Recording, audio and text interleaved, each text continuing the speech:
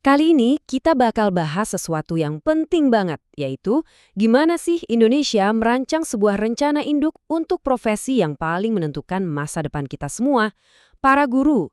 Anggap aja ini sebuah cerita tentang perjalanan kita sebagai bangsa.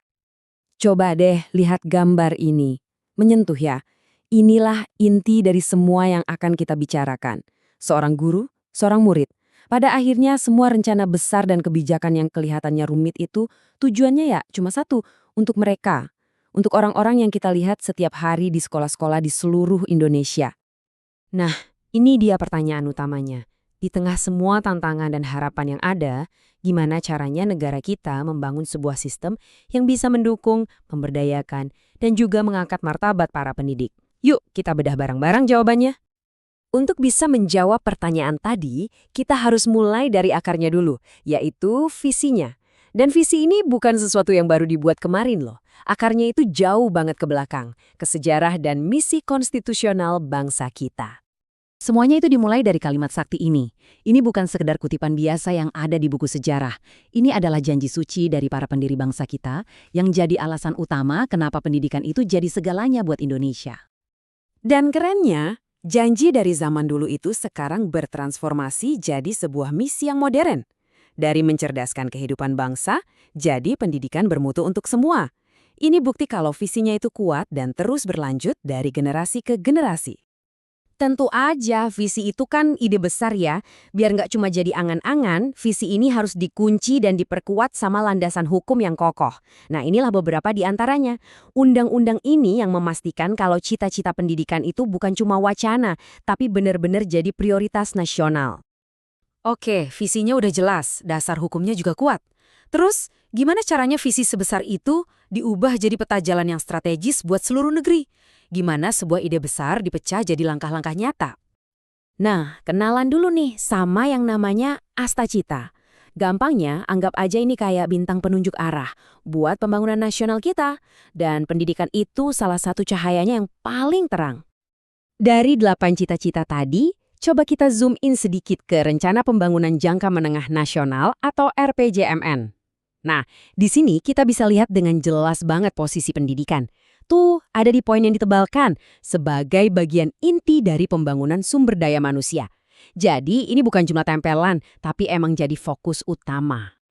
Prosesnya itu kayak air terjun gitu. Dari rencana besar tingkat nasional, alirannya turun ke bawah, dipecah lagi jadi rencana aksi yang lebih spesifik dan fokus di tingkat Kementerian Pendidikan. Baik, sekarang kita masuk ke bagian dagingnya nih. Apa aja sih fokus spesifik pemerintah buat para guru dan juga tenaga kependidikan? Ini dia pilar-pilar utamanya. Tapi sebentar. Sebelum kita lanjut, ada satu istilah penting yang harus kita tahu. GTK. Ini singkatan dari Guru dan Tenaga Kependidikan. Jadi kalau kita sebut GTK, ini maksudnya semua pahlawan pendidikan di sekolah ya. Mulai dari guru yang ngajar di kelas, kepala sekolah, sampai staf administrasi, semuanya.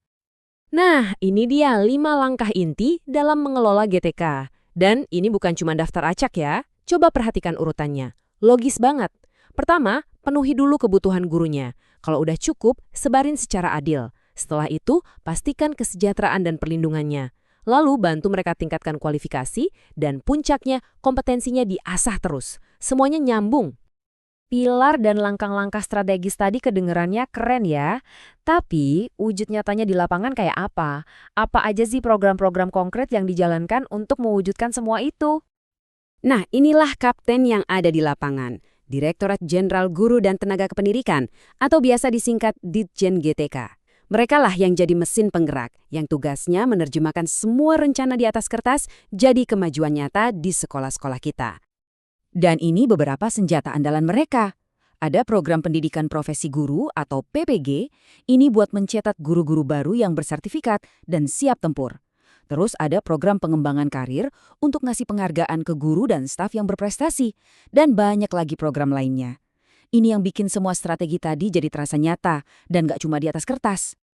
Oke, kita udah lihat semuanya. Dari visinya, peta jalannya, sampai aksi nyatanya. Kelihatan kalau pemerintah sedang membangun fondasi yang kokoh. Tapi pertanyaan besarnya sekarang kembali ke kita semua. Apa peran kita untuk ikut membangun di atas fondasi ini? Apa yang bisa kita lakukan? Karena pada akhirnya, memajukan pendidikan itu bukan kerjaan satu pihak aja kan? Ini adalah semangat gotong royong, sebuah perjalanan kita bersama sebagai satu bangsa. Terima kasih banyak sudah menyimak pembahasan kita kali ini.